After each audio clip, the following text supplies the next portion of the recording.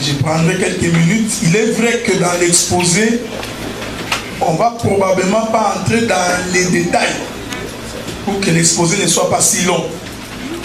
Probablement quand il y aura des questions, c'est alors que nous reviendrons pour pouvoir éclairer davantage le peuple de Dieu. Est-ce que vous me suivez? Donc je voudrais que vous vous sentiez à l'aise par rapport à cette question. Le thème que nous abordons, c'est Adam, l'image de l'Église. En fait, ce que nous allons démontrer ici, nous allons démontrer qu'en fait, Adam, c'est une femme. Et Adam, c'est une Église. C'est pourquoi je vous prie de faire très attention, parce que les définitions que nous allons donner, ce ne sont pas des définitions que nous ramassons dans les dictionnaires, non plus dans les encyclopédies bibliques. Toute définition que nous allons donner, nous allons la ramasser dans les Écritures. Parce que la Bible dit que toute écriture est inspirée de Dieu. Elle est utile pour corriger, censurer et enseigner. Donc, quand on explique les choses de Dieu, on doit l'expliquer par rapport à ce que Dieu a dit. Donc, on ne peut pas expliquer les choses de Dieu en se référant à une philosophie des hommes ou à la manière dont les hommes font. Parce que je vous dis qu'aujourd'hui, on va embrasser tous les points, même dans le fonctionnement de nos églises aujourd'hui. Et nous allons ramener tous ces points à la lumière des Écritures pour voir si cela est correct. Mais pour commencer, nous allons lire Genèse chapitre 1er. Parce que vous savez, un jour, on posa la question à Jésus. Jésus répond, au commencement, il n'en était pas comme ça. Donc, la meilleure façon de comprendre les Écritures, c'est toujours de rentrer au commencement. Genèse chapitre 1er, le verset 26. La Bible dit, j'ai lu, puis Dieu dit, faisons l'homme à notre image, selon notre ressemblance, qui lui domine sur le poisson de la mer, sur les oiseaux du ciel, sur le bétail, sur toute la terre, et sur tous les reptiles qui rampent. Ça, c'est Genèse chapitre 1er, le verset 26. Nous allons encore sauter Genèse chapitre 2, le verset 7. La Bible dit, l'Éternel Dieu forma l'homme de la poussière de la terre. Il souffla dans ses narines un souffle de vie et l'homme devint un être vivant. Voici les deux écritures de base sur lesquelles nous allons devoir marcher. C'est comme je disais, nous sommes dans une conférence, c'est-à-dire que si vous voulez poser votre question en lingala, posez-la. Si vous voulez la poser en swahili, posez-la. Vous voulez la poser en anglais, posez-la. Donc, je crois que tout le monde ici parle toutes ces langues-là. Remarquez une chose ici. Remarquez que quand le Seigneur se décide de créer l'homme, le Seigneur va utiliser un terme important. Le terme que Dieu utilise, il dit, créons l'homme à notre image. Donc, le premier élément à considérer ici, c'est que l'homme que Dieu veut créer ici, c'est un homme qui ressemble à Dieu. Suivez-moi bien.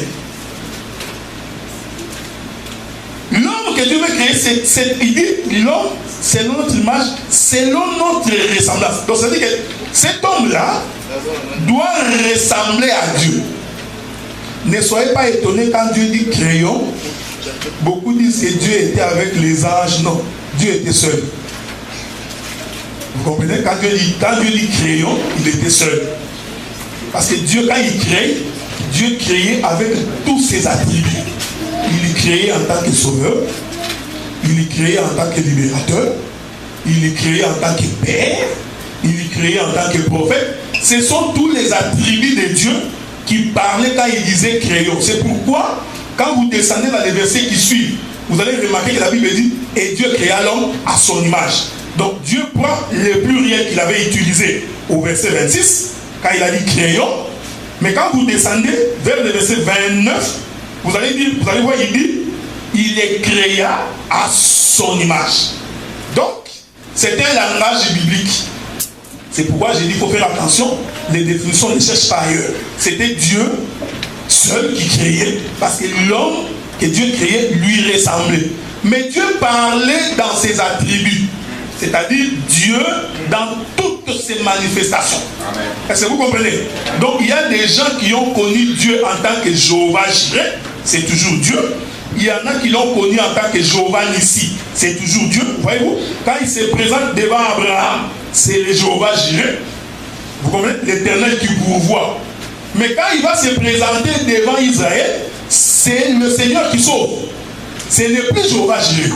Quand il se présente devant Marie, c'est le Jéhovah-Shammah. C'est lui qui donne la paix, qui habite parmi les hommes. Mais c'est toujours le même Dieu, mais qui prend plusieurs facettes. Dans le langage de la Bible, on dit Dieu est en train de changer ses costumes. Mais c'est toujours lui. Je vais encore simplifier ça très bien. Vous voyez, moi je suis le mari de Michel. Donc vis-à-vis de ma femme, je suis le mari, c'est toujours moi. Mais vis-à-vis de mes enfants, je suis le père. Mais c'est toujours moi. Donc la même personne est mari, la même personne est père. Vis-à-vis de mes nièces, je suis l'oncle. C'est toujours moi. Donc par rapport à une œuvre que j'accomplis, je porte une étiquette quelconque. Donc quand la Bible dit créons, Dieu n'était pas avec des gens. Il était lui dans ses attributs. C'est pourquoi le verset qui vient après, il va dire il est créé à son image. Donc cet homme que Dieu avait créé lui ressemblait. J'ai 45 minutes, je peux courir vite. Maintenant, remarquez. Vous savez que l'image en elle-même, elle ne peut pas bouger. Je prends un exemple parce que nous sommes dans une conférence. Je prends ça simplement. Moi, c'est Adela. Si vous voyez mon image en train de marcher, en réalité, ce n'est pas l'image qui marche. C'est moi qui marche. Parce que si moi je ne marche pas, l'image ne peut pas marcher. Est-ce que vous comprenez? C'est-à-dire que mon image me reflète. Donc, l'image, c'est un pédagogue qui nous enseigne sur le mouvement de la réalité. Parce que le Seigneur voulait nous amener à comprendre que tout ce que je ferai dans Adam, c'est pourquoi il utilise le terme image. Remarquez maintenant. Maintenant, quand Dieu se décide de créer l'homme, parce que c'est ici que l'église commence, l'Éternel va accomplir un mouvement d'ordre prophétique. Remarquez que pour toutes les créations, Dieu parlait. Et la lumière sort. Et les herbes et les champs poussent. Et les poissons existent. Mais quand arriva le moment de créer l'homme, la Bible dit que l'Éternel a rassemblé la poussière de la terre. Ah, donc, Dieu a commencé à travailler. La création de l'homme a exigé de la part de Dieu un travail. Amen. Parce qu'il a rassemblé. Et nous disons ceci parce qu'on va entrer dans les débats plus tard. C'est-à-dire que Dieu a pris sa main pour rassembler la poussière de la terre. Je le prends ça pour que vous compreniez. Pour que toi tu comprennes que Adam avait une main, comprenez que cette main d'Adam n'est que l'image. Donc il y a une main véritable qui existe. C'est pourquoi j'ai commencé par vous démontrer que l'image ne peut pas bouger par elle-même. Donc, si vous voyez l'homme avec les yeux, comprenez que c'est seulement l'image. Les véritables yeux existent. C'est dans Dieu. Est-ce que vous me suivez? Suivez-moi bien ici. Voilà pourquoi quand vous lisez les livres d'Exode, l'Écriture dit que Dieu dit, dans leur détresse, quand ils m'ont appelé, je les ai délivrés par ma main. La main de Dieu n'est pas courte pour sauver. Mais pour que toi, tu saches qu'est-ce qu'une main, il a fallu d'abord que tu vois la main physique. Donc si tu n'avais pas vu la main physique, tu n'aurais jamais l'idée de ce que c'est une main. Donc Dieu a d'abord fait en sorte que tu vois d'abord la main. Maintenant, à partir de la main, tu vas comprendre le langage de Dieu. C'est pourquoi le Seigneur avait dit aux pharisiens, à Nicodème, il dit, mais pendant que je te parle encore des choses terrestres, tu ne saisis pas. Mais quand je parlerai des célestes. Donc nous comprenons que le terrestre nous aide à comprendre les célestes. Maintenant je reviens dans le jardin. Remarquez, pour créer l'homme, il y a une poussière de la terre que le Seigneur a rassemblée. Bon, je veux rentrer encore pour que les gens nous comprennent bien. C'est ici bien. Remarquez que le troisième jour de la création, la Bible dit que l'Éternel appela la terre des eaux. Hein? La terre est sortie des eaux. Le troisième jour. Donc, pour que l'Éternel rassemble une poussière, il a fallu premièrement que la terre sorte des eaux. La terre est sortie des eaux. Nous disons que tous ces gestes sont prophétiques. Maintenant, quand Dieu, quand cette terre est sortie des eaux, cette terre était toute la terre confondue. Mais quand l'Éternel regardait dans cette terre confondue, l'Éternel voyait Adam. Mais Adam était éparpillé dans la terre. Est-ce que vous me suivez? Parce que pour créer cet Adam, l'Éternel a dû rassembler. C'est-à-dire, il a vu toute la terre. Maintenant, il a commencé à choisir quelques poussières de la terre pour former un corps. Donc, il a séparé la terre d'avec la terre. Est-ce que vous me suivez? L'église, c'est la séparation de la terre avec la terre. Amen. Vous savez pourquoi nous disons ces choses? Parce que nous nous sommes rendus compte que les églises aujourd'hui fonctionnent comme le monde. Les églises sont en train de fonctionner comme des mutualités. Ça fonctionne comme des boutiques, comme des boîtes de nuit.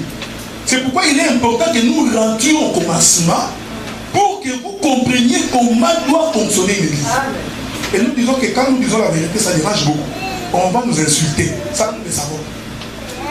Mais Pierre a dit, jugez-en vous-même. Faudrait-il faire plaisir aux hommes ou faire plaisir à Dieu? Vous voyez? Donc il y avait toute la terre qui est sortie. Mais Dieu n'a pas pris toute la terre pour faire l'homme qui lui ressemblait. Il va donc choisir quelques poussières. Il va donc tirer cette poussière des autres terres. Donc il sépare la terre d'avec la terre. Or, le terme église veut dire quoi? Sortie de. L'église veut dire séparée de. Donc nous comprenons que Adam, c'est une terre séparée des autres terres. Je voudrais ici faire une petite évangélisation. C'est-à-dire que nous croyons qu'un véritable enfant de Dieu ne vit pas comme tous les hommes de la terre. Un enfant de Dieu, il ne vit pas au rythme de ce monde. On va y descendre, vous allez voir. Quand nous venons déjà dans l'église, nous trouvons que l'église est en train de fonctionner comme les autres. On prend les fêtes mondaines, les fêtes du monde. On en fait un calendrier dans les cultes. C'est la confusion la plus totale. On prend la fête que le monde a déclaré que les journées 13 février, c'est la journée internationale de la femme. Tu verras dans l'église, ils prennent cette fête du monde. Ils en font un objet du culte. Or, dans Genèse, le Seigneur a fait la nette séparation. Il prend la poussière, il choisit. Or, vous allez comprendre, hein, parce que j'ai dit qu'on définit par rapport aux Écritures. Or, la poussière de la terre, ce sont des hommes. Nous, où est-ce que nous avons trouvé la définition? On va lire l'Écriture. C'est Abraham qui donne la définition. Vous savez que nous pouvons l'écrire.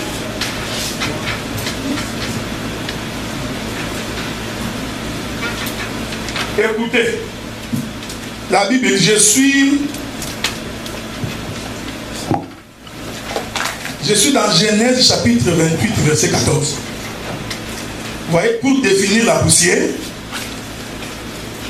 mon dictionnaire, c'est la Bible.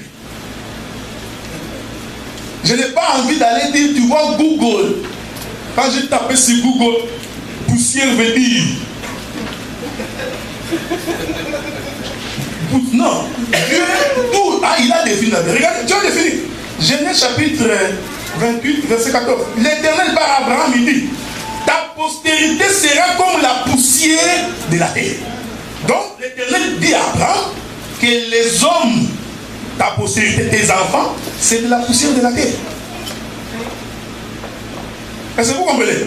Donc il démontre qu'en fait la poussière de la terre, ce sont des hommes. Maintenant nous comprenons, je rentre dans le jardin. Donc nous comprenons que quand le Seigneur était en train de prendre la poussière de la terre pour former un corps, en fait l'Éternel était en train de choisir les hommes. Amen. Il choisissait les hommes qui allaient former son corps. Vous savez, il y a un verset le plus populaire, mais le très mal compris. Jean chapitre 3, verset 16. Les gens croient que c'est le verset le plus facile. C'est le verset le plus difficile. Dieu a tant aimé le monde qu'il a donné son Fils unique afin que quiconque croit en lui. Nous t'informons que Dieu n'a pas donné son Fils pour tout le monde. C'est le français qui t'a tué.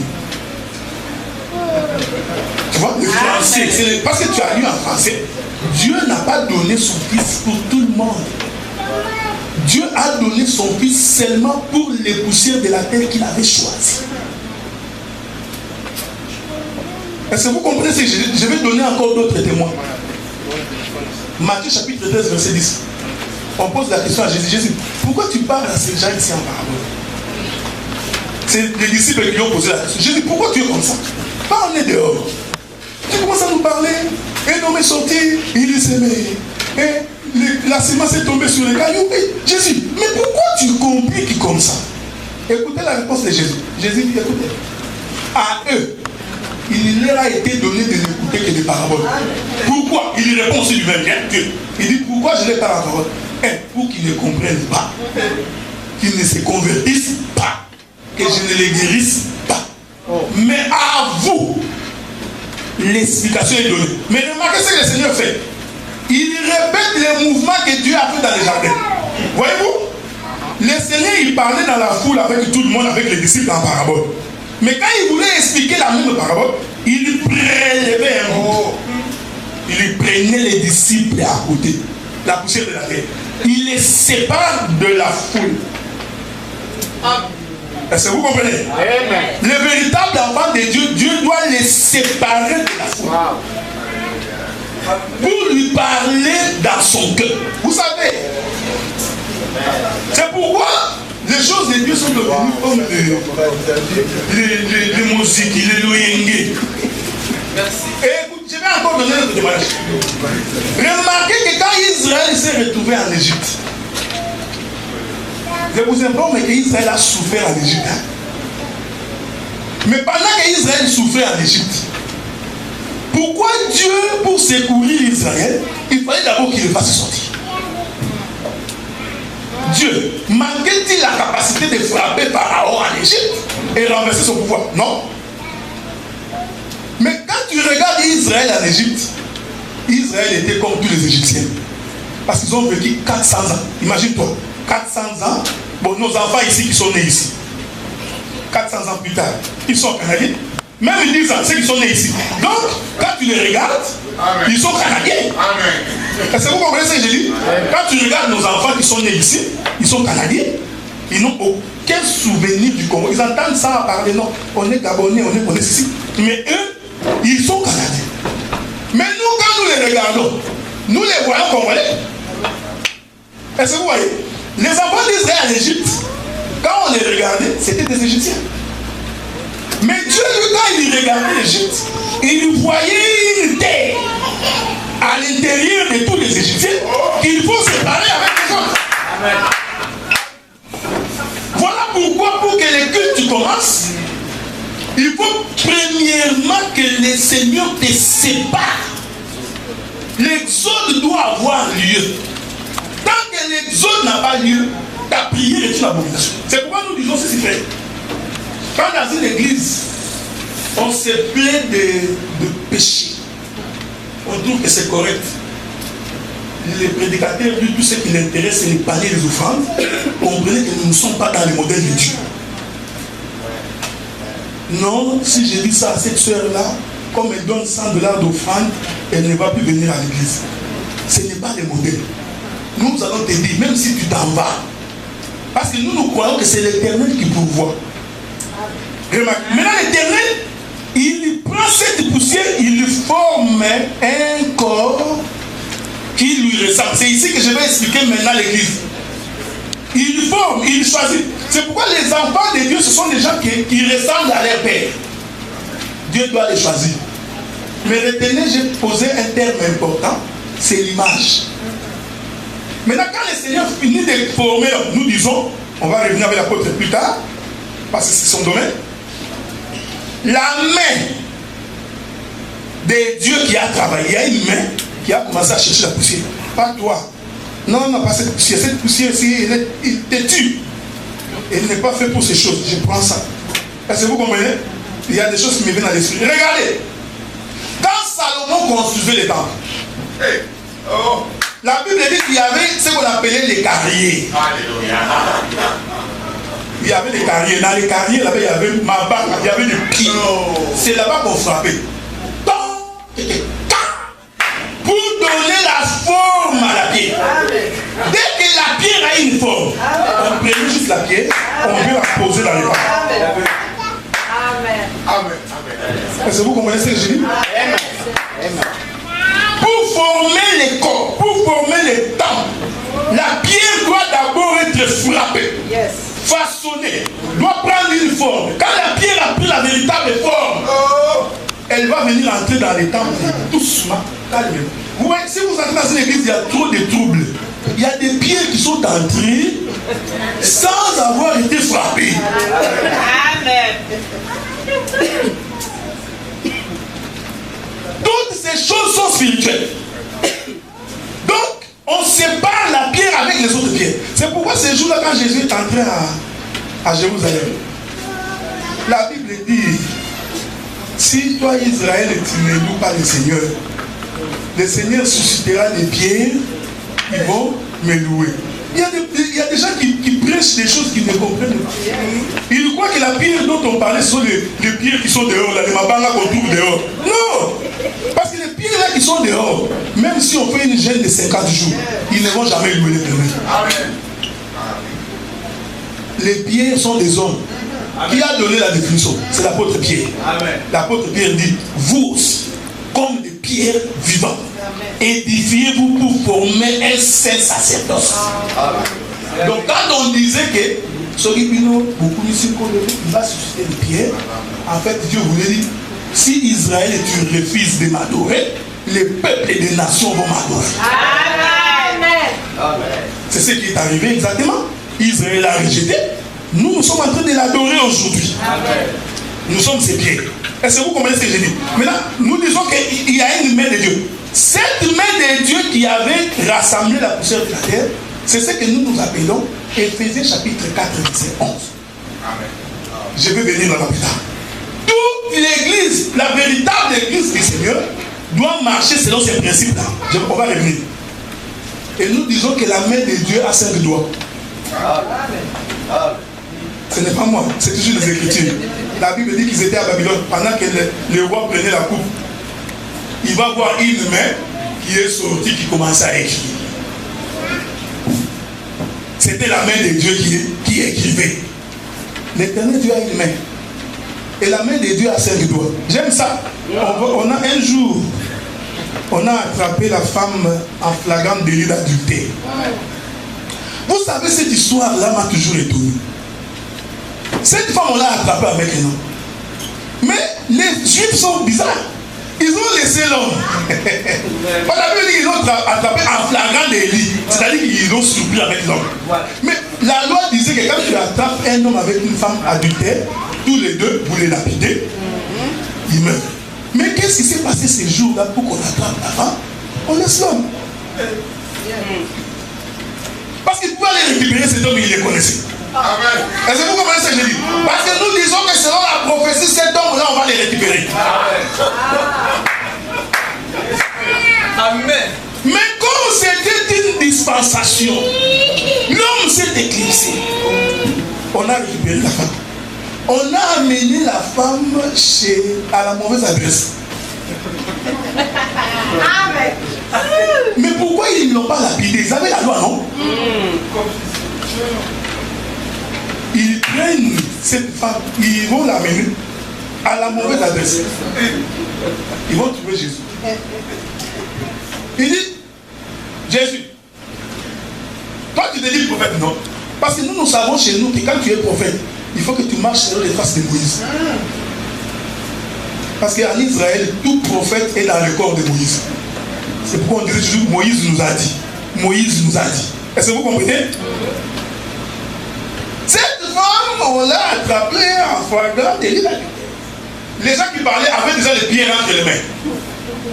Parce que vous savez que les Juifs ne blaguaient pas en termes de lapider les gens. Ils avaient déjà les pieds. Je vous informe que les souverains sacrificateurs aussi étaient là. Le pasteur le plus populaire, lui aussi était là avec sa pierre. C'est la Bible qui le dit, vous allez voir.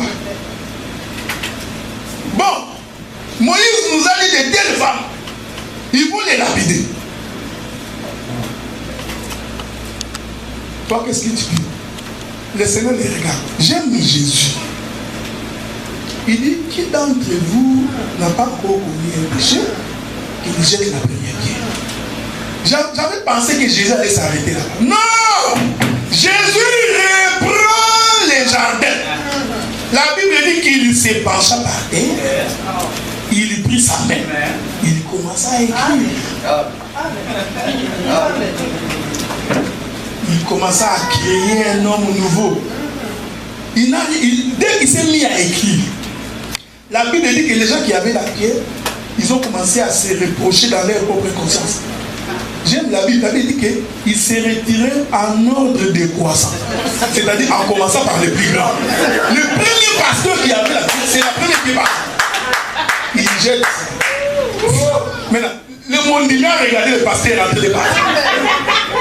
Il dit, hey, mais si le docteur lui-même l'a. Bon, moi, c'est le fidèle. Pourquoi je vais jeter la pierre? Lui aussi, tous sont là. Le Seigneur dit, femme, ne pêche pas. Est-ce que vous comprenez? Il sépare cette femme de l'état du péché. Maintenant, c'est pourquoi j'ai appelé la main, pour faire comprendre que c'est la main de Dieu qui forme Adam, qui forme l'église. C'est là. L'église ne se forme pas selon la pensée de quelqu'un. Comme on est là avec Adolphe, il le sait. Moi aussi je sais. Les jours où nous n'allons pas nous mettre d'accord sur les Écritures, on va se séparer. Amen. Parce que ce qui nous relie, ce sont les Écritures. Amen. L'église n'est pas son église, ce n'est pas non. Fini de créer l'homme, le Seigneur lui-même d'abord il regarde. Il voit que cet homme que j'ai créé, il me ressemble.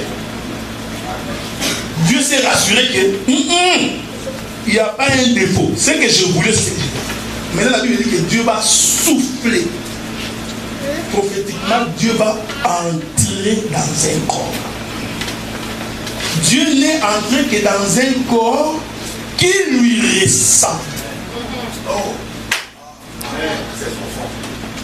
Est-ce que vous me suivez, frère? Amen. Dans un corps ne lui ressemble pas, Dieu n'entre pas. Oh. Même si vous êtes 15 000, quand le corps ne ressemble pas à ce que Dieu,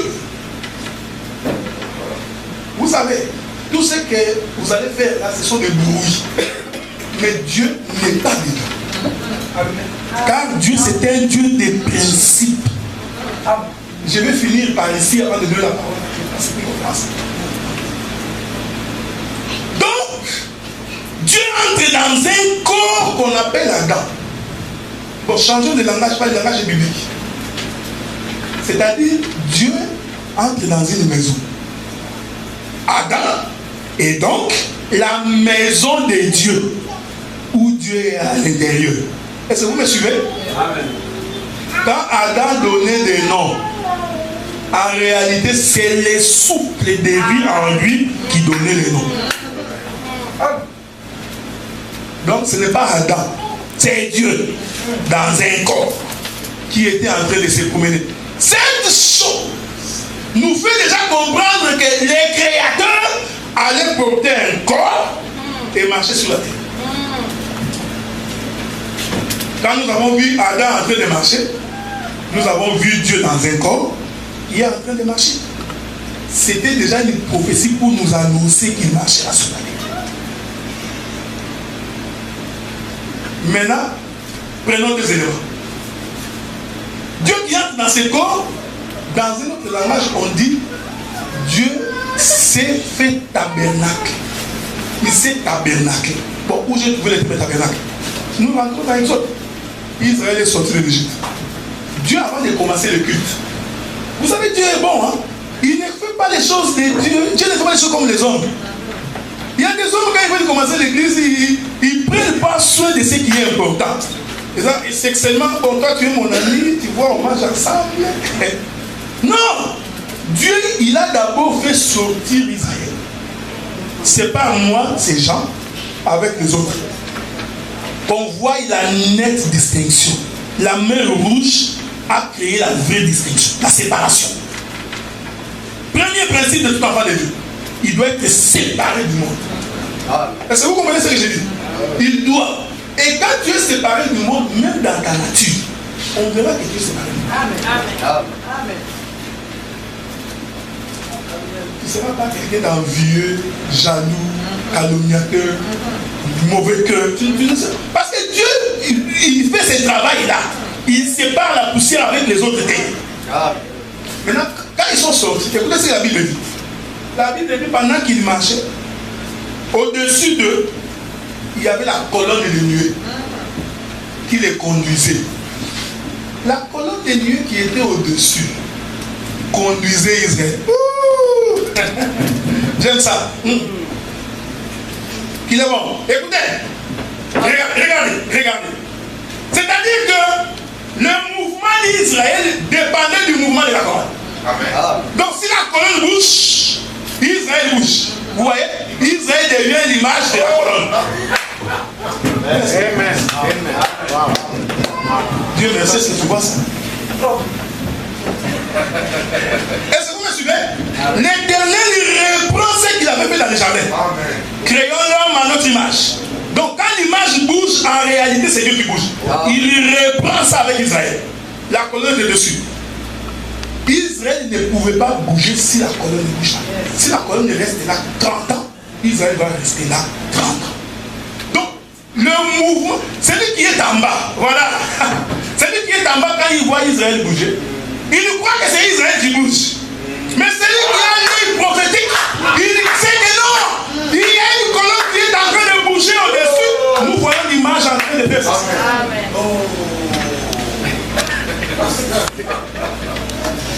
Oh, Israël, c'est le corps de Dieu qui est en train de bouger. Donc, l'Éternel est bon.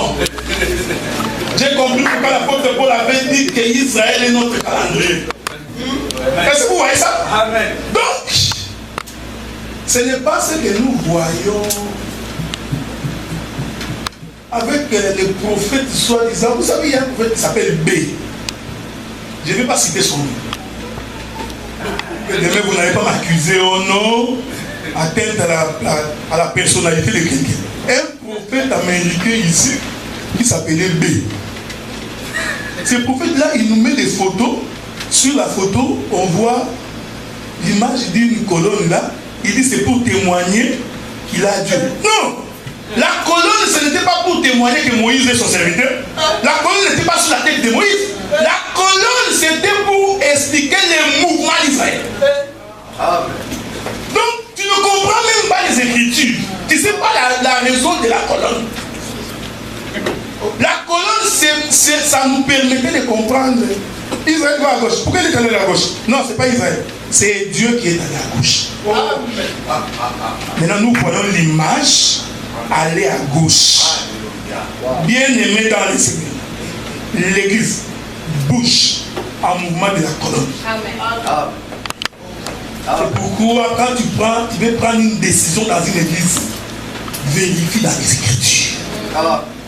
Vérifie est-ce que c'est ce que Dieu a dit. Parce que tu risques d'aller à contre-courant. On va te voir sur l'autoroute 417. Tout le monde va comme ça. Toi, tu vas comme ça. Sur le même autoroute. Qu'est-ce qui va arriver? Il va faire un accident. Tu vas mourir. Maintenant, quand tu vas mourir, tu vas dire l'œuvre de Dieu est difficile. L'œuvre de Dieu n'est pas difficile. Elle est devenue difficile parce que toi, tu voulais faire l'œuvre de Dieu selon toi. Mais quand c'est Dieu qui commence l'œuvre, la Bible dit qu'il connaît la fin de la chose déjà à son commencement. C'est pourquoi tu as beaucoup de stress. Parce que tu as pris ça comme ton histoire. Mais remarquez, tout ces temps, j'aime ça. Frère, vous voyez, les mouvements de la colonne, Israël qui bouge, c'est Adam et Dieu, avant que Adam entre.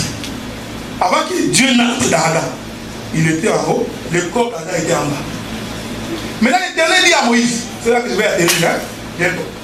Il dit à Moïse, Moïse, maintenant toi qui vas venir sur la montagne, je vais maintenant te faire voir le vrai.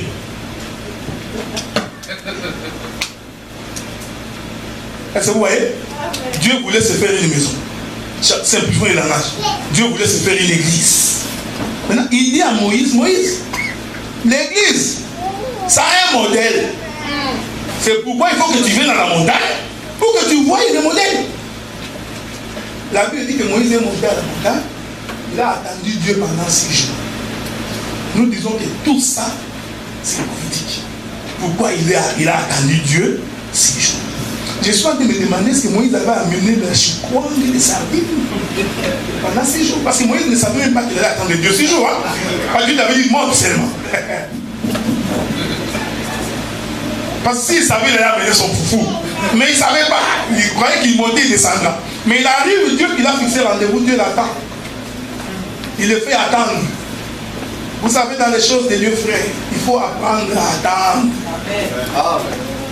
C'est aussi ça l'exercice du ministre. Apprendre. Non, ne va pas vite. C'est Dieu qui avait dit de venir à Moïse. Il pouvait lui parler directement. Mais pourquoi il a fait attendre? Pour voir comment il va passer. La Bible dit que le 7e jour, cette colonne-là va venir, va envelopper Moïse. Moïse va entrer dedans. C'est donc que Moïse va voir le tabernacle. J'aime ce que Dieu a dit. Je suis dans Exode chapitre 40. Dieu dit à Moïse, regarde bien, bien. Là où c'est 5 mètres, c'est 5 mètres. Là où c'est 6 mètres, c'est 6 mètres. N'ajoutez pas.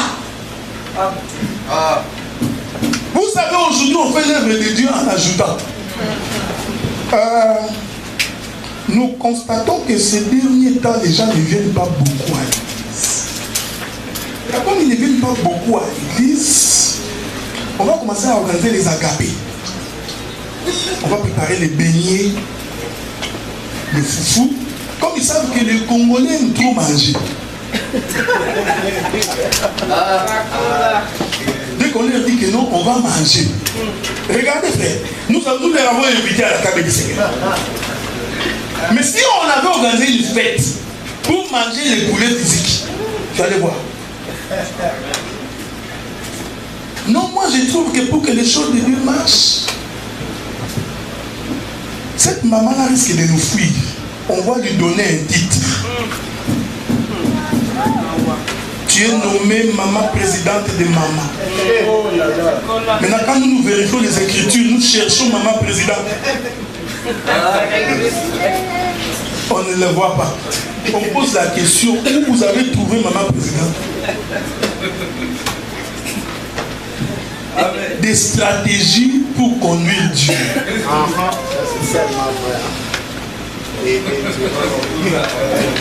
Et regarde. Oh, frère Sam, comme c'est un grand chanteur, ce qu'on va faire, on va les nommer dirigeants de la chorale.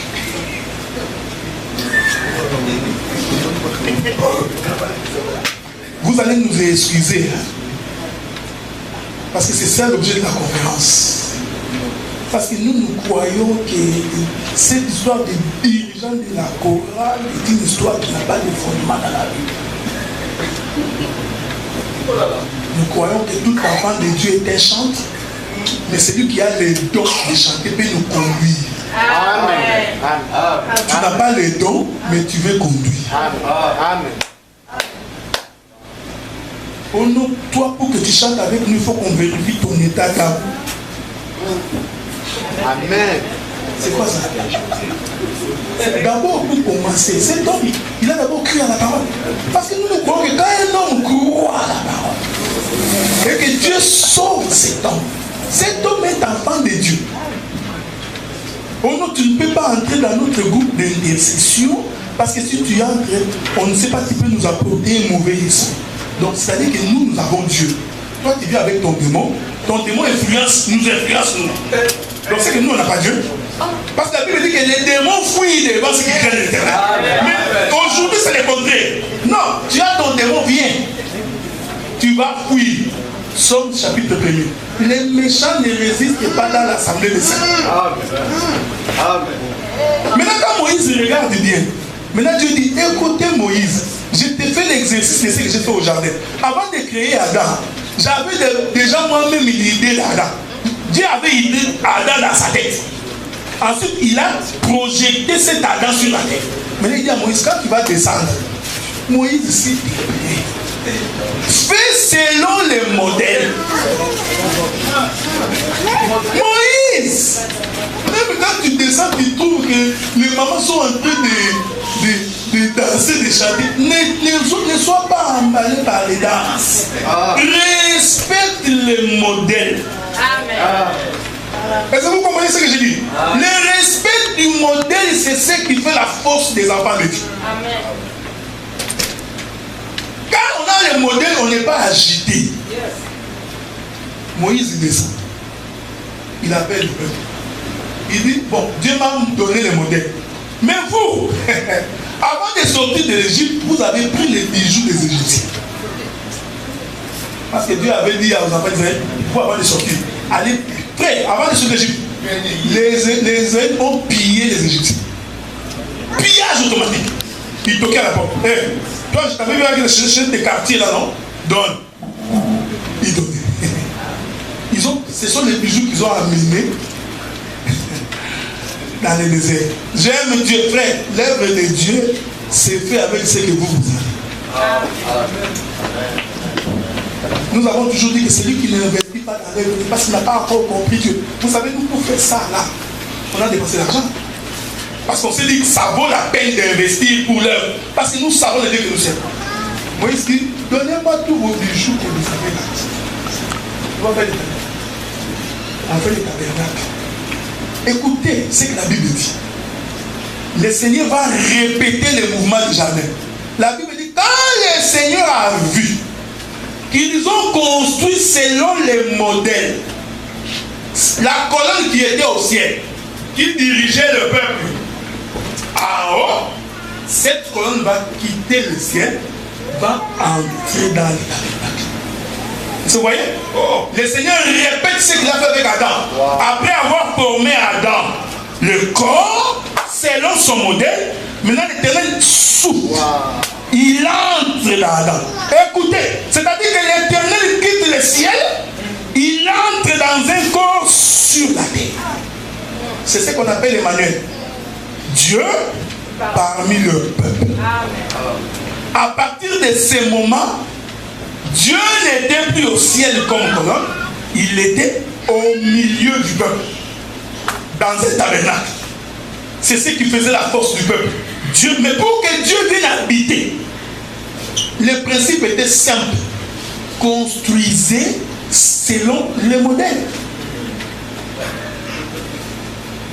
C'est alors que Dieu descend pour venir habiter dans ses corps. Je vois les présidents du culte s'en déjà. Je vais aller doucement pour finir. Remarquez maintenant. Je vais courir vite dans Éphésiens pour donner la parole à... J'aime pas le président quand il est comme ça, il me stresse. Bon, regardez. Pourquoi nous disons que Adam c'est l'image de l'église? Qu'est-ce qu'une église? L'église, c'est la femme. Est-ce que vous me suivez? Bon. On va trouver les Écritures. On les chante tous les jours ici. Nous sommes la femme de Jésus. Jésus, c'est notre mari. Donc, vous tous là, vous savez que l'église, c'est la femme du Seigneur. Maintenant, selon la Bible, qu'est-ce qu'il va?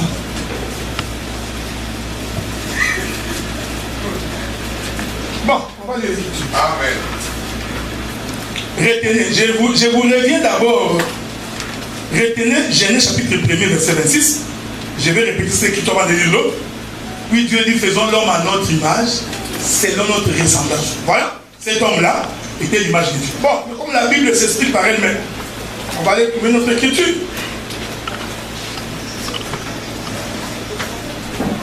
Laissez-moi retrouver ça. Là.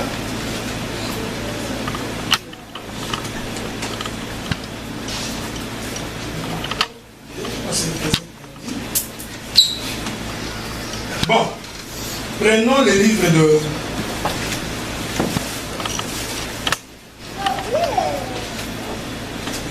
Je vais d'abord prendre... commençons par...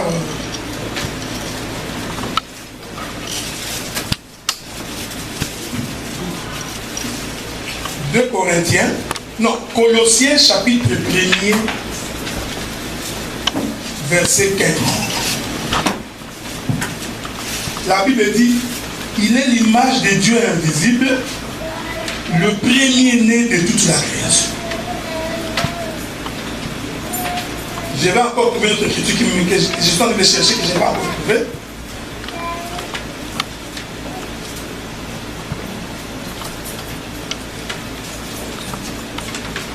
Toujours vers Éphésiens, je crois. Souffrez quelques minutes. Parce que s'il n'y a pas de verset, c'est toujours difficile que les gens croient. Il faut des versets pour que... La Bible dit, la femme n'a pas autorité sur son propre corps, c'est le mari. Et pareillement, le mari n'a pas autorité sur son propre corps, c'est la femme. Je n'ai pas fini. Voilà, Éphésiens chapitre 5, verset 23. Écoutez maintenant. La Bible dit, car le mari est le chef de la femme. Suivez maintenant. Comme Christ est le chef de l'église, qui est son corps. Est-ce que vous me suivez? Je repasse l'écriture là. Comme Christ est le chef de l'église, qui est le corps du Christ. Est-ce que vous me suivez? Je change de langage pour me faire saisir davantage. C'est-à-dire que l'église porte Christ à l'intérieur. Il est un corps. Dans quel corps Dieu est dedans? C'est pourquoi je vous ai fait remarquer que le Seigneur reprend 2 mouvements d'ordre prophétique. Dans les jardins, pour que l'Éternel descende, il a fallu d'abord qu'il se fasse un corps. C'est ce corps-là qu'il a appelé Adam. Ensuite, le Seigneur va souffler dans ces corps. Nous avions dit qu'en réalité, le Seigneur est entré dans Adam. Par la Bible dit, c'est alors que Adam devient une âme vivante. Cela veut dire, tout celui qui n'a pas le souffle de Dieu en lui, il ne vit pas. Tant bien même qu'il respire. Est-ce que vous comprenez? Quand les gens disent que tout ce qui respire loue l'Éternel, ils croient que tout ce qui respire, c'est tout le monde qui respire. Or, selon Dieu, ne respire que celui qui a le souffle de vie. Voilà pourquoi ce jour-là, il a dit aux pharisiens, laissez les morts enterrer les morts. Pourtant, les gens qu'il appelait morts là, ils marchaient et ils respiraient. Mais ils appellent les morts en train d'enterrer les morts. Donc, selon les Écritures, ne vit que celui qui a le souffle de Christ. Or, cette Écriture, l'Éternel l'a repris premièrement dans les jardins. Dans Adam, il entre dans un corps, Adam commence à vivre. Or, je vous ai fait remarquer qu'Adam, il ressemble. Maintenant, et regardez maintenant. Quand Adam se couche, je parle du moment où Dieu a frappé Adam, qu'Adam est mort. Quand Adam se couche, l'Éternel fait tirer la côte, il forme Ève. Quand l'Éternel forme Ève, et qu'il est en train de ramener Ève, Adam, il va répéter ce que Dieu avait fait pour lui. Dieu lui avait dit, il me ressemble, c'est mon image. Adam aussi, quand il regarde Ève, il répète ce que l'Éternel avait dit. Amen. Il dit, voici l'os de maison chez. Donc, elle me ressemble. Est-ce que vous voyez ça?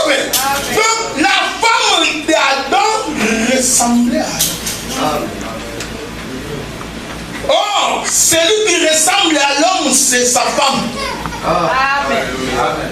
La femme doit faire. Ce n'est pas à l'homme de ressembler à la femme. Ça, c'est une relation contre nature. C'est à la femme de ressembler à son mari. C'est-à-dire que le mari est le modèle. Christ est le modèle. C'est lui qui nous dit comment marcher.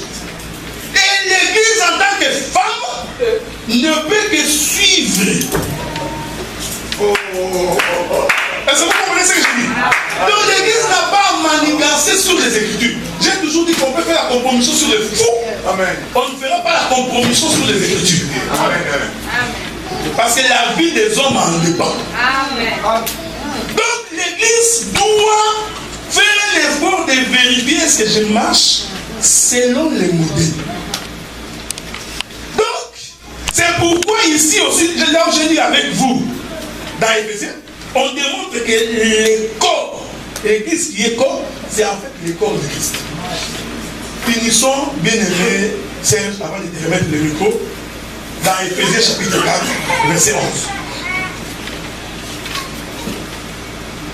J'aurais même voulu, si ça va être possible, que nous commencions. Donnez-moi les versets en papier, là, je vais lire ça. Éphésiens chapitre 4, je vais commencer au début. C'est là que je vais finir pour donner le micro.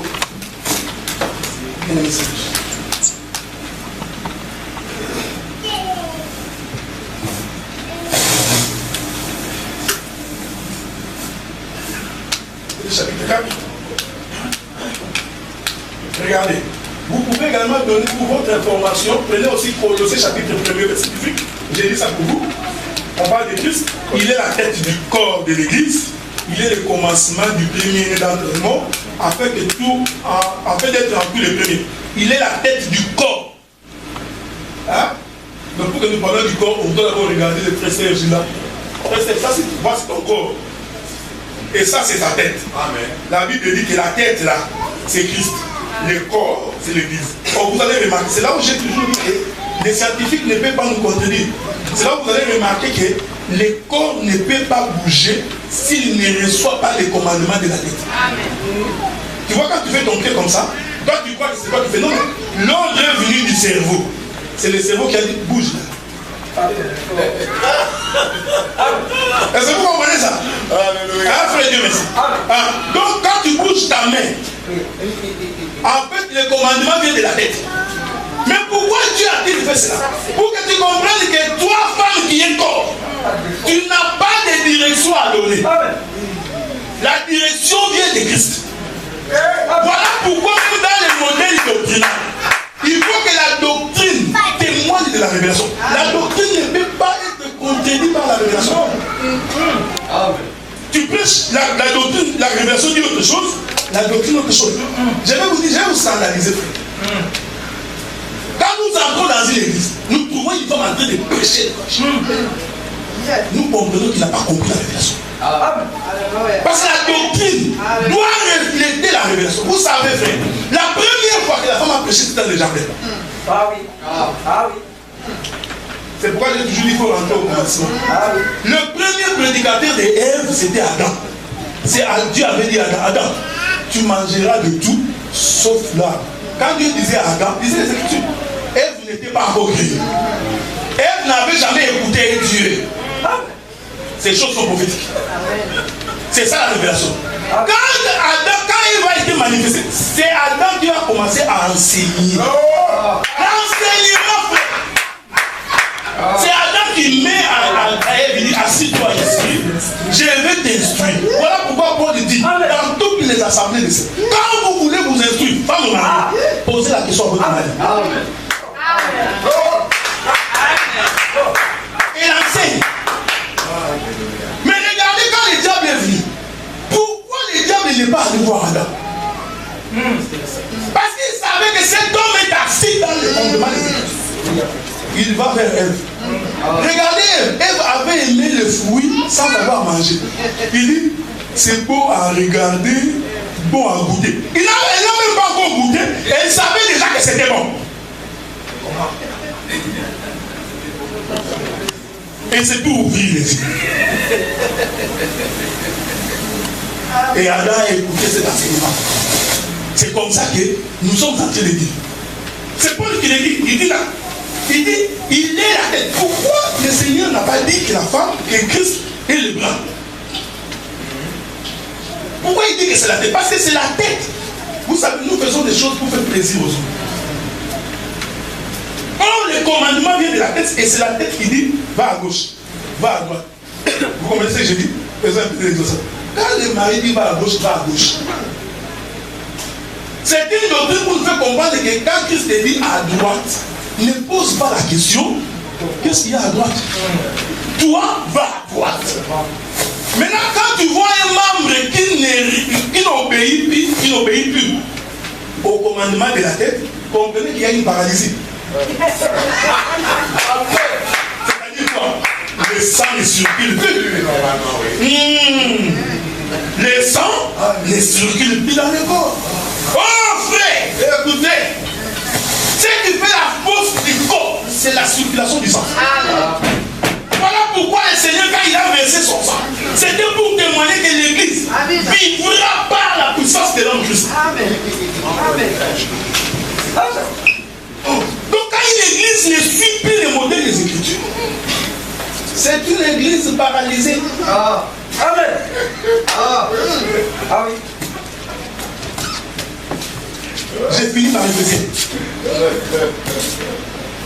Frère, tu m'as donné? Merci beaucoup. Après, j'ai fini là et puis je remets le micro.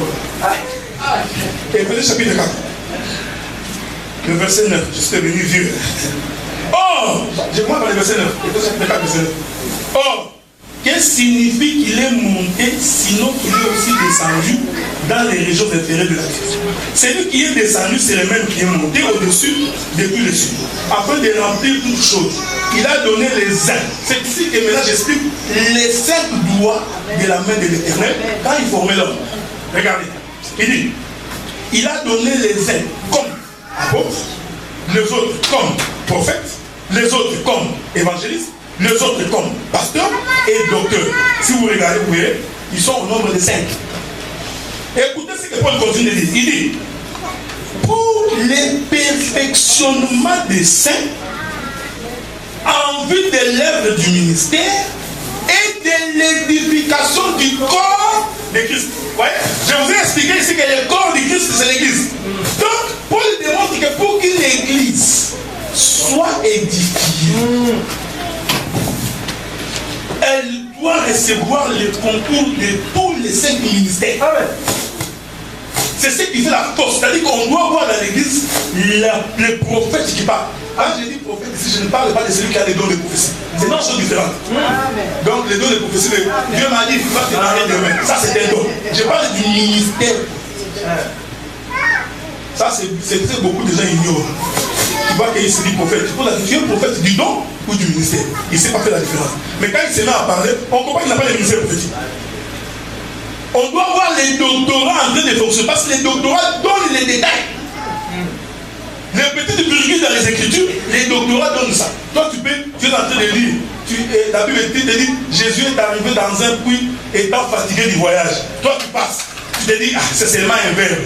Moi, je vais te dire, quand la Bible dit qu'il est fatigué, c'est le soleil s'est couché. Parce qu'il ne peut être travaillé que celui qui a marché. Or, quand le soleil se lève et se couche, il fait la marche. Quand il est en train de se coucher, le soleil devient faible. Voilà pourquoi quand Pilate l'a arrêté, Jésus était en train de se coucher comme le véritable soleil.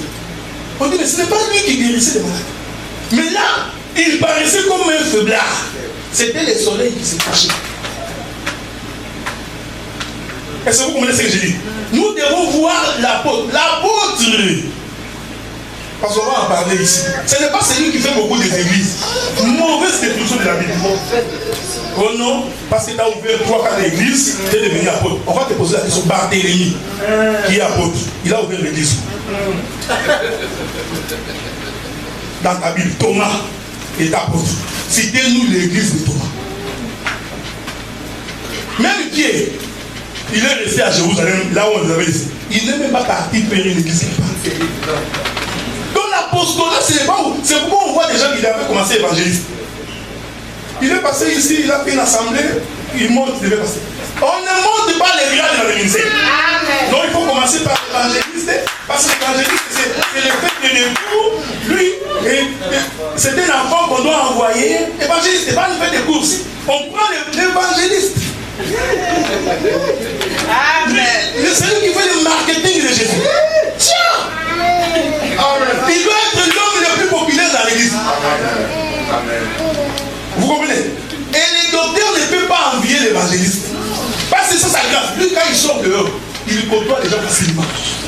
Il sait vendre. Je ne sais pas, Jésus est un produit. Il sait vendre Jésus. Mais quand tu mets l'apôtre dehors, c'est la mort. Parce que lui, il vient pour déraciner tout ce qui est mauvais. C'est ça la question. Paul dit, j'ai posé les fondements comme un apôtage. Un sage architecte. C'est-à-dire, j'enlève la fausse doctrine. Nous posons la bonne doctrine. Et sur base de cette doctrine, nous commençons à édifier. Donc l'apostolat, c'est pour veiller pour que vous ne sortiez pas de la doctrine. Dès que vous vous mettez à l'origine, la Bible dit que nous sommes bâtis sur le fondement des apôtres. En fait, Jésus-Christ est dans la pierre anglaise. Les pasteurs, on va y revenir. Vous savez, aujourd'hui, ce qui tue l'Amérique, c'est parce que les églises fonctionnent comme les orchestres du monde. Donc, le pasteur est le chef titulaire. Il est non, il le rétorque. Quand il te dit, c'est ma vision. L'église n'a jamais été la vision des hommes. L'homme ne peut pas avoir une vision sur une église du Seigneur. Le Seigneur dit que tu es pierre. Sur cette pierre, quelle était la pierre? La pierre de la révélation. C'est sur ça que je bâtirai mon église. Donc l'église est bâtie sur le fondement de la révélation. Moi, en tant que ministre, je ne suis entré que dans un champ. Ah, j'aime ça. La Bible dit, nous sommes allés moissonner sur un champ que nous n'avons pas labouré. Nous avons trouvé des prophètes qui ont déjà posé. Nous ne faisons qu'entrer. Donc je ne peux pas venir me réveiller ici un matin. Je vous dis, j'ai ma vision. Non, ta vision, nous allons ramener ça aux Écritures pour vérifier est-ce que c'est ça la vision de l'Écriture. Comme c'est une conférence, le président est là, donc j'ai le. Est-ce qu'on peut acclamer le Seigneur?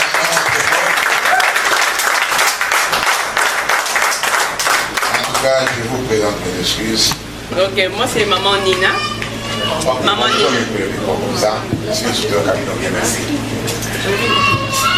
Moi c'est maman Nina. Oui, ma question est celle-ci. Papa Delar a dit que la femme doit ressembler à l'homme. Donc, si l'homme dit quelque chose, est en train de faire quelque chose qui n'est pas bon, qu'est-ce qu'on fait? On doit suivre ou pas? Merci beaucoup pour cette conférence. C'est vraiment édifiant. Mon nom, c'est le frère Jean-Claude. Mais je voudrais savoir une chose. La Bible dit Dieu créa l'homme à son image. Et il y a une autre version qui dit il créa l'homme et la femme. Donc c'est qu'il a créé deux personnes. Il créa l'homme et la femme. Je vois dans la hiérarchie de Dieu, il met d'abord l'homme en avant-plan. Et vous avez bien expliqué en disant que la femme doit être donc l'image, doit refléter l'image de l'homme.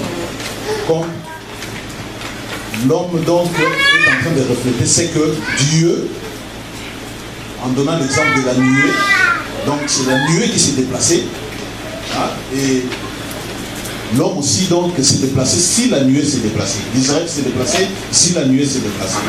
Mais en créant l'homme et la femme, vous avez dit, la femme ne peut pas prendre donc la chair pour prêcher. Vous allez me dire que l'esprit de Dieu n'habite pas dans la femme. Donc il faudrait que la femme puisse se référer à l'homme qui a l'esprit. C'est ça ma question. Vous me dites parce que je ne suis pas comme Moïse qui retient tout ce sommet de la montagne. Donc, pas de je peux faire. Mais mais au moins on peut récapituler le temps que notre apôtre va faire l'exposé. Nous pouvons récapituler ça pour vous, nous avons toutes ces questions. Mais au moins sa préoccupation majeure, c'était vraiment au niveau des liens. C'est vrai, la Bible dit ceci. Il a dit, il créa l'homme et la femme à son image. C'est là qu'il y a d'abord le premier point de notre frère. La Bible dit qu'il créa l'homme et la femme à son image. Alors que les docteurs voulaient d'abord nous faire voir que non, c'était l'homme. Parce que nous parlions d'Adam ici. Je vois, le docteur va vous donner des réponses, parce que les réponses sont là. Amen. Et la deuxième préoccupation, selon le bien-aimé, c'est de savoir, est-ce que la femme ne va pas prêcher? Parce qu'elle ne peut pas enseigner. N'a pas d'esprit. N'a pas d'esprit de Dieu. L'esprit n'est pas dans la femme. Il faudrait que la femme se réfère à l'homme. Enseigner. Amen. C'était une question qui va rejoindre un peu la question déjà posée par notre bien-aimé qui a parlé avant moi. J'ai une question. J'aimerais savoir, puisque dans la Bible, si nous suivons les versets, vraiment ça se suit, et puis ça explique là où ça commence et puis là ça va finir. Et nous savons tous que dans la Bible, il dit qu'au commencement, comme notre bien-aimé l'a dit, que Dieu avait créé l'homme et la femme. Et puis par la suite, il a concrétisé cette parole en formant l'homme. Et puis j'aimerais savoir quand est-ce que l'homme a été créé pour être différent de la femme et quand est-ce que la femme a été créée selon Dieu. Et de deux, si c'est vrai qu'il n'y a que l'homme qui a la vision, ce qui veut dire qu'il n'y a que l'homme qui peut communiquer avec Dieu, parce que la femme est sortie de l'homme, ce qui veut dire que Dieu ne peut pas communiquer avec la femme parce que la femme est venue de l'homme. Parce que d'après les dires du docteur, il a dit, vous savez, à cause de la terre, et puis il a parlé qu'il a dit qu'Adam, quand il a vu la femme, il a dit c'est l'os de mes os et puis la chair de ma chair. Est-ce que c'est possible que Dieu puisse parler à la femme sans pour autant parler à l'homme? Est-ce que Dieu peut dire à une femme une révélation qui n'a pas parlé à l'homme pour que la femme puisse dire à l'homme? Si je comprends bien, notre bien-aimé n'a fait qu'emboîter un peu le pas de notre frère, je sais. C'est un peu dans le sens, il dit, est-ce que la femme n'a pas l'esprit de Dieu pour qu'elle puisse appréhender, comprendre, ou bien être parlée par Dieu, des choses de Dieu? Est-ce que Dieu ne peut pas parler directement aussi à la femme, une vision, quelque chose comme ça? Est-ce que la femme n'a pas l'esprit de Dieu, homme de Dieu? Et c'est un peu ça la question. Et aussi savoir, ça il faut bien répéter, j'aimerais que ça puisse être très clair. Quand est-ce que l'homme a été créé? Quand est-ce que la femme a été créée? Et pourquoi la différence? Et les temps que cela a pris entre peut-être l'homme et la femme. Bon, nous prenons la dernière question et on va passer avec la porte. Merci beaucoup pour cette conférence. Moi, j'ai une question par rapport à la poussière, la profondeur du message par rapport à la poussière. Ça posait une question.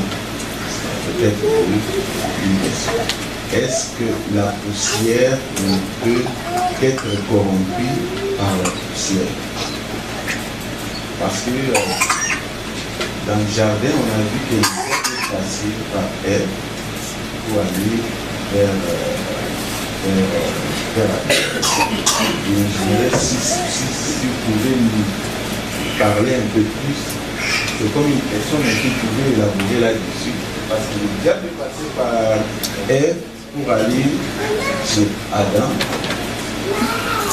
Poussière, bon, avec l'enseignement par rapport à la poussière, on peut dire que c'est la poussière qui peut corrompre la poussière, ou le diable ne peut pas corrompre la poussière sans passer par la poussière.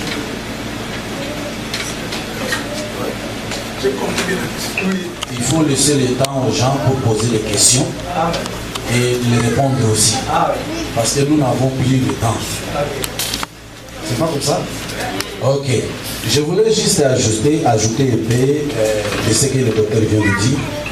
Vous savez, quand il expliquait la séparation de la terre, de poussière, entre d'autres poussières, vous voyez, je lui disais ici en vrai que c'est le mouvement que Jacques plutôt, est en train d'expliquer. Jacques il dit dans l'Acte des Apôtres que peuple d'Israël, écoutez, Dieu a jeté les regards et il a choisi un peuple qui va porter son nom. Donc cela veut dire il y a beaucoup de peuples, mais Dieu, dans sa manière de voir, il a regardé, il a vu seulement un peuple qu'il a choisi, ce peuple, pour porter son nom. C'est pour dire que ce n'est pas tout le monde qui va porter le nom de Dieu. C'est là que je reviens dans le dire qu'il a pris de Matthieu. Tout le monde dit, quand Dieu a aimé le monde, qu'il a donné son fils. Moi, à chaque fois, j'ai l'habitude de dire que Dieu n'a pas aimé le monde. Moi, j'ai l'habitude de dire que car Dieu a tant aimé Abraham. Amen. Et qu'il a donné son fils. Parce que Dieu n'est pas le Dieu de tout le monde, mais Dieu lui-même tape de poitrine pour dire que je suis le Dieu d'Abraham, le Dieu d'Isaac et le Dieu de Jacob. Cela veut dire, en dehors de ces trois personnes, Dieu n'est pas un Dieu de tout le monde. Si tu veux que ce Dieu devienne ton Dieu et que tu t'attaches, toi, à Abraham, à Isaac et à Jacob. Vous voyez? C'est là que je veux dire aussi, c'est le mouvement d'un cheval. Comme Job dit, un cheval de la vie. La Bible dit que quand le cheval bondisse, ce n'est pas tous ses pieds qui touchent toute la terre. Non. Quand le cheval bondisse, les 4 pieds viennent frapper une place de la terre. Mais la Bible dit que quand il frappe la terre, il se réjouit de sa force. Pourquoi les chevaux se réjouissent quand il frappe la terre?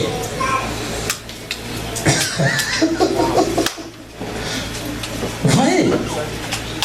Pourquoi le cheval, si il se réjouit quand il frappe la terre, c'est parce que cette frappe transforme cette terre.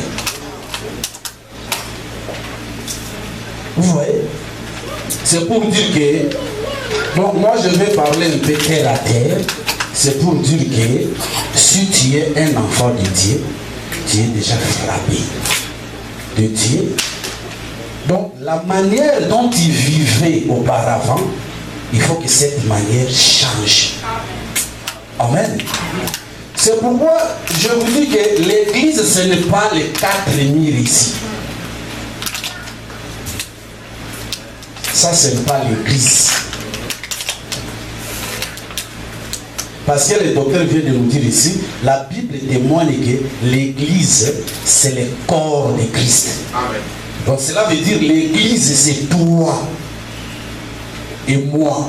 C'est pourquoi Christ disait un jour à un docteur de la loi que si vous ne naissiez pas de nouveau,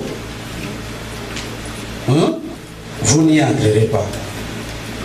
Un docteur de la loi commençait à se poser des questions.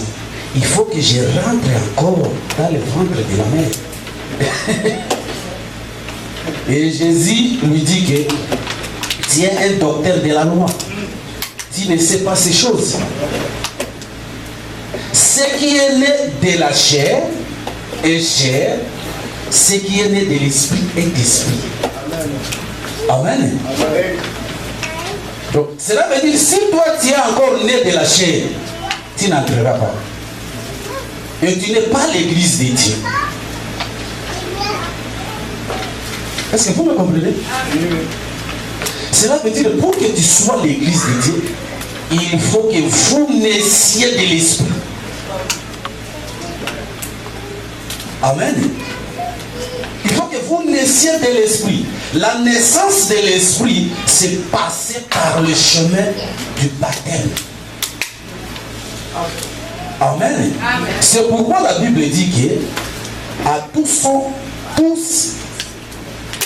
qui ont reçu la parole, tous qui ont cru, il les a fait devenir les enfants dédiés, nés non par rapport à la volonté de l'homme, mais à la volonté de l'esprit. Parce que Dieu est esprit. Amen. Vous voyez, quand le docteur explique ici que Adam, c'est l'image de l'Église, il a touché beaucoup des Écritures. Je ne peux pas revenir encore là-dessus. J'aimerais aller un peu vite pour donner aussi le temps et vous poser des questions. Il a laissé quelque chose et je vais toucher ça. Quand l'Éternel dit à Moïse, monte sur la montagne et je vais te faire voir le tabernacle. Et tu vas aller construire selon le modèle. Amen. Moïse n'a pas pris le tabernacle et descendre avec. Moïse a vu seulement. Et il est allé faire selon ce qu'il a vu. Mais le véritable tabernacle est resté. Amen. Mais ce tabernacle ne peut pas rester là-bas longtemps. Il faut que le tabernacle qui est resté là-bas soit aussi manifesté sur la terre. Afin que nous sortions dans l'ombre, nous entrions maintenant dans la réalité. Amen. C'est pourquoi il y avait un jour où ce tabernacle s'est présenté.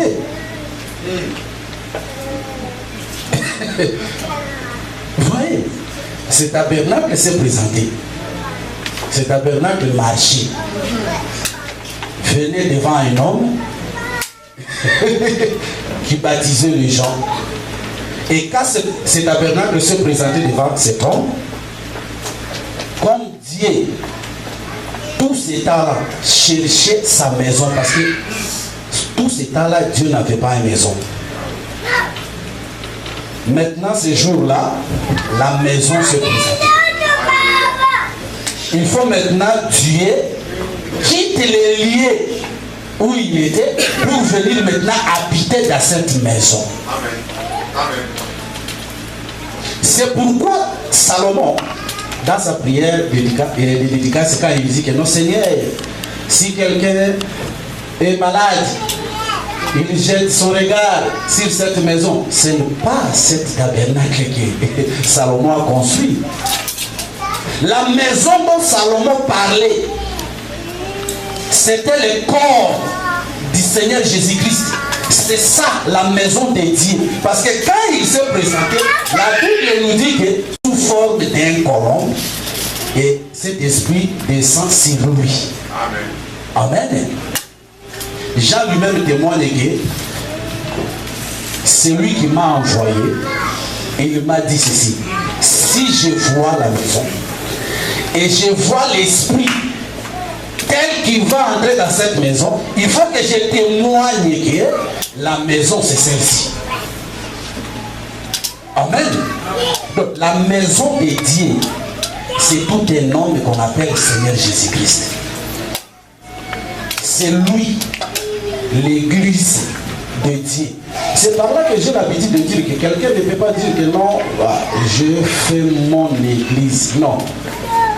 L'église ne peut pas être l'église de quelqu'un, d'un homme.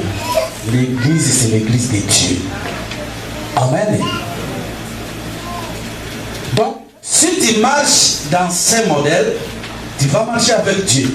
Maintenant, si toi, tu veux être aussi le membre du corps de notre Seigneur Jésus-Christ, il faut que tu sois aussi construit selon son modèle. C'est pourquoi le modèle d'être membre du corps du Seigneur Jésus-Christ, il faut passer par le chemin du baptême. Être de nouveau. Après être baptisé, la Bible dit qu'on va déposer le main et l'Esprit de Dieu va venir aussi demeurer en vous. C'est alors que tu deviens maintenant l'église du Seigneur. Tu fais partir du corps de Christ. Comme lui, il est l'époux parole, toi, tu es maintenant l'épouse parole. Amen. Vous voyez? C'est ça. Donc, la Bible dit ici, je pense que peut-être les mamans ont précédé l'écriture que j'ai prévue. L'écriture que j'ai prévue ici. Dans les questions, c'est comme si ils ont précédé ça. La Bible dit que 1 Corinthiens 15, je voulais juste démontrer, pour démontrer que Adam, tel que le docteur vient de dire, c'est ça. Mais cet Adam-là, c'était un mouvement seulement de montrer le véritable Adam. Amen. Parce que ce n'est pas vraiment cet Adam-là que l'Éternel parlait pour lui. Mais il y avait un véritable Adam. Il y avait un véritable Adam. 1 Corinthiens 15, 45 à 50. J'ai lu au nom du Seigneur Jésus-Christ. C'est pourquoi il est écrit, le premier homme Adam devint une âme vivante. Le dernier Adam est devenu un esprit vivifiant. Mais ce qui est spirituel ne vient pas le premier. Ce qui est naturel, c'est ce qui est plutôt ne vient pas premier. C'est ce qui est naturel. C'est ce qui est naturel. Ce qui est spirituel vient ensuite. Le premier homme tiré de la terre est terrestre. Le second homme est du ciel. Tel est le terrestre, tels sont aussi les terrestres. Et tel est le céleste, et tels sont aussi les célestes. Et de même que nous avons porté l'image du terrestre, nous porterons aussi l'image du céleste. Ce que je dis, frère, c'est que la chair et le sang ne peuvent hériter le royaume de Dieu. Et que la corruption n'hérite pas l'incorruptible. Amen. C'est pour dire que Dieu a utilisé l'Adam du jardin d'Éden que le docteur avait parlé ici. C'était seulement pour donner l'image du véritable Adam. Le véritable Adam, c'est le Seigneur Jésus-Christ. Parce qu'il n'y a pas trois Adam. Parce qu'il y a des gens qui ont prêché que non, il y a trois Adam. Bon, ici dans ma Bible, je vois que le premier est le dernier. Le dernier Adam, c'est le Seigneur Jésus-Christ. Parce que c'est lui le véritable. Pourquoi je dis le véritable? C'est par là que j'allais venir. La Bible dit que quand Dieu créant Adam, il dit que la Bible dit que Dieu créa l'homme et la femme. Mais c'est sa manière de parler. Parce que si vous regardez comme ça, vous ne voyez pas là où Dieu a créé directement Adam et Ève. C'est pas ça. Amen. C'est la même façon qu'il a parlé au Genèse. Dieu créa le ciel et la terre. Mais si vous regardez comme ça, vous ne voyez rien. Amen. C'est la façon prophétique de parler de Dieu. Donc, il fait parler des choses qui sont dans sa tête. Maintenant, il va entrer maintenant au travail pour manifester. C'est pourquoi la Bible nous dit qu'avant qu'il commence à faire toutes choses, il a séparé d'abord la lumière d'avec le ténèbre.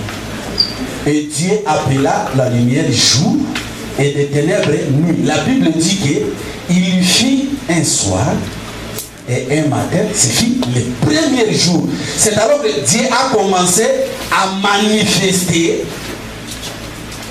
sa création. C'est de la même manière de l'homme et la femme. Quand Dieu dit que Dieu créa l'homme et la femme, ce n'était pas dans ce même temps-là que Dieu a créé l'homme et la femme. C'est juste sa façon de parler. Mais quand il entre maintenant au travail, dans la formation, il va séparer maintenant les mouvements de travail. Vous voyez? C'est ça. La Bible me dit quelque part ici, il y a un corps qui dit que l'Éternel m'a créé la première de ses œuvres. Avant les œuvres les plus anciennes, j'ai fait fonder dès avant la fondation du monde.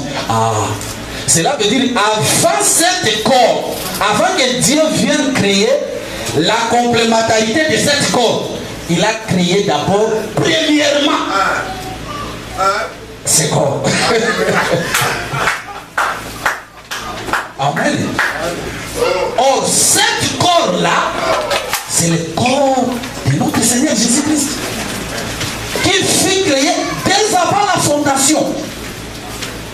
Avant que Dieu vienne nous créer, nous. Amen. Amen.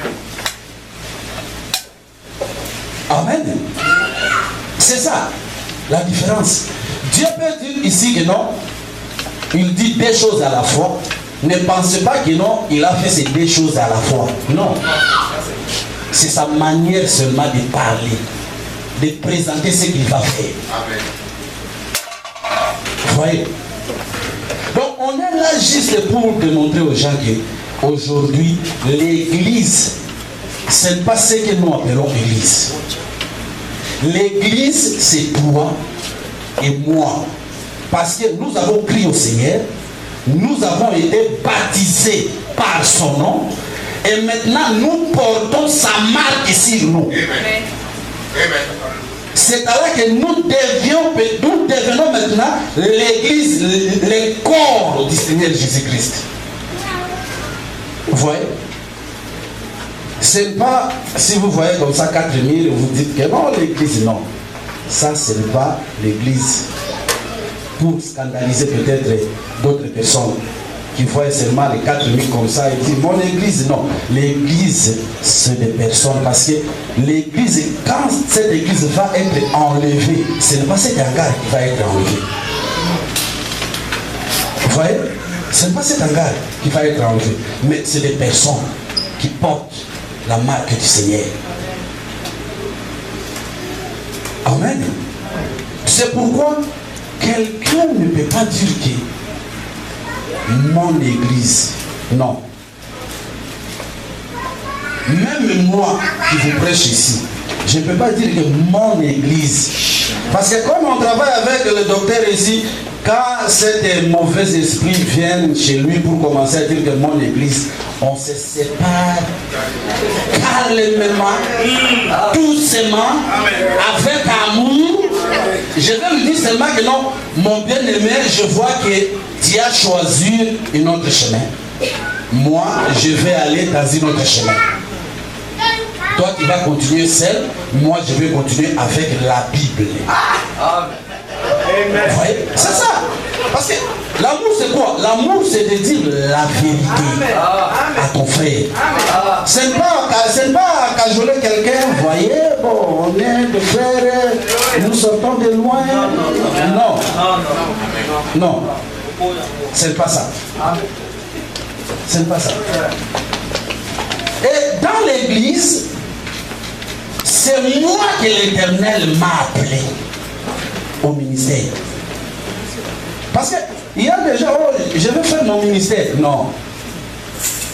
Il n'y a pas le ministère de quelqu'un. Dans la Bible, nous n'avons que le ministère de la parole. Le ministère de la parole. Vous voyez? Le ministère de la parole. Donc, je suis là, je suis mandaté par la parole. Sans la parole, je ne suis rien du tout. Et je ne suis pas là pour que non. Je suis pasteur, comme on travaille avec le bien-aimé ici. Et je vais lui dire, bon, comme on travaille ensemble, on va prendre aussi nos femmes qui vont être aussi avec nous. Non. Non. L'Ecclésiaste dit que il y a une écriture ici, Ecclésiaste chapitre 3, verset 15. Ecclésiaste 3, verset 15, la Bible dit que ce qui a été, c'est ce qui sera. Dieu ramène toujours ce qui est passé. Bon, c'est quoi? Tous on a l'âme de l'année.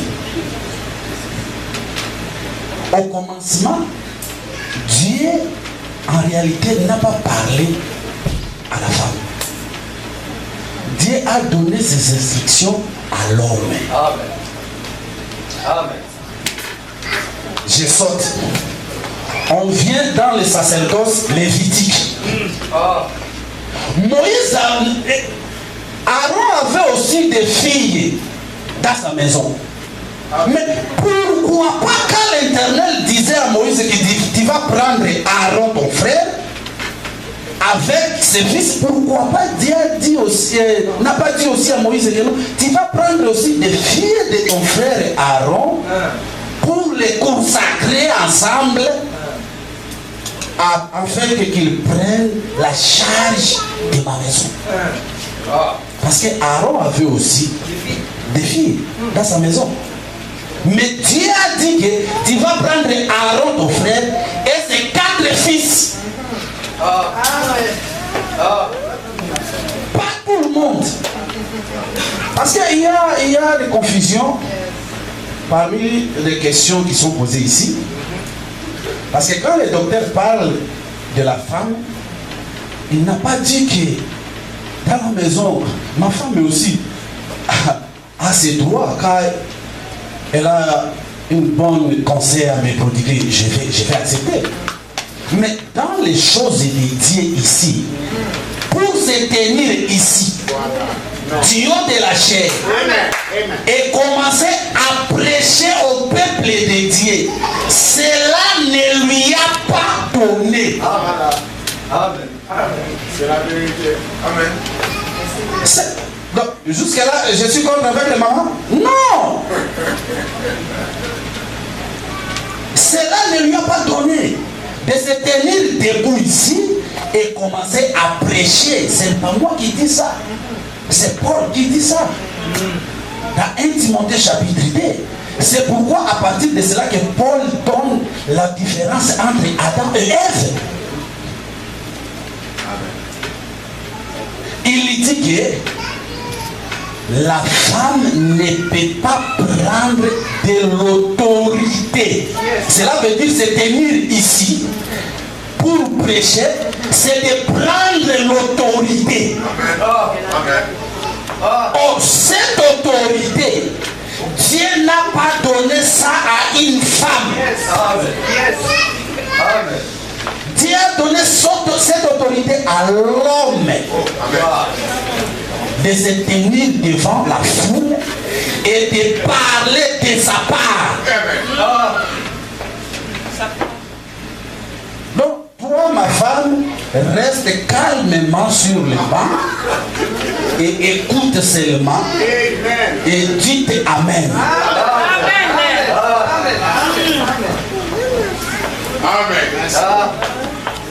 C'est pourquoi Paul pense qu'il ne leur est pas permis d'y parler. C'est pourquoi il descend et dit que non. Car Adam a été formé le premier et Ève ensuite. Il n'est pas arrêté là. Il continue, il dit que non. Ce n'est pas Adam qui a péché.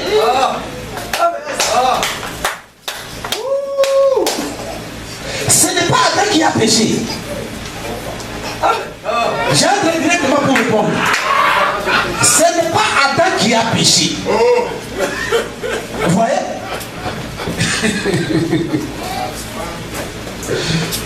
La Bible dit que c'est Ève séduit. Elle s'est rendue coupable. Mais comme l'amour, la femme n'a pas d'amour. C'est lui qui a la possession d'aimer. C'est l'homme. C'est pourquoi si je vois une femme et commence à draguer un homme, tu es vraiment possédé. Je ne sais pas si de quel niveau.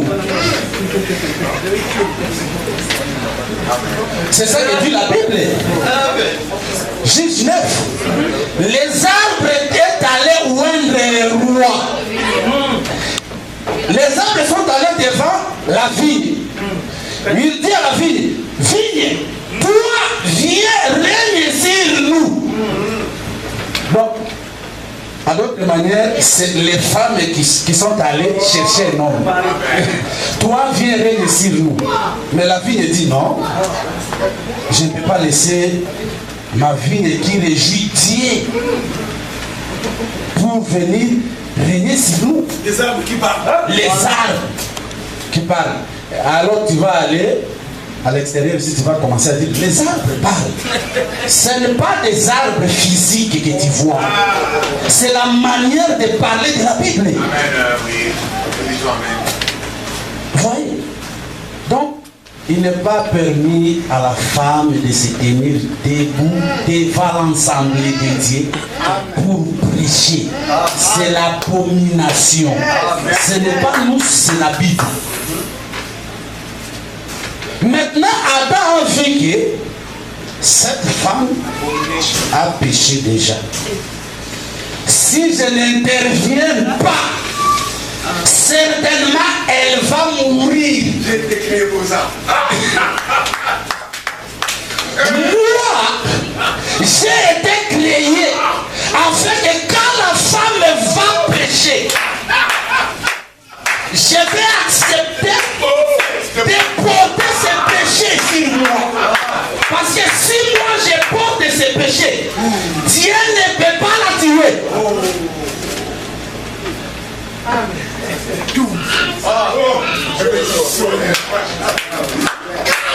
C'est ça. C'est ça ce que la Bible dit dans l'Apocalypse, c'est que non, la terre a secouru la femme. Parce que la femme était là et les dragons aussi suivaient la femme. Parce que les dragons voyaient que non, la femme avait une grossesse. Elle va aller accoucher. Maintenant, les dragons étaient là pour poursuivre la femme et pour tuer aussi l'enfant. Mais la Bible dit que la terre a secouru la femme. La terre, c'est l'homme.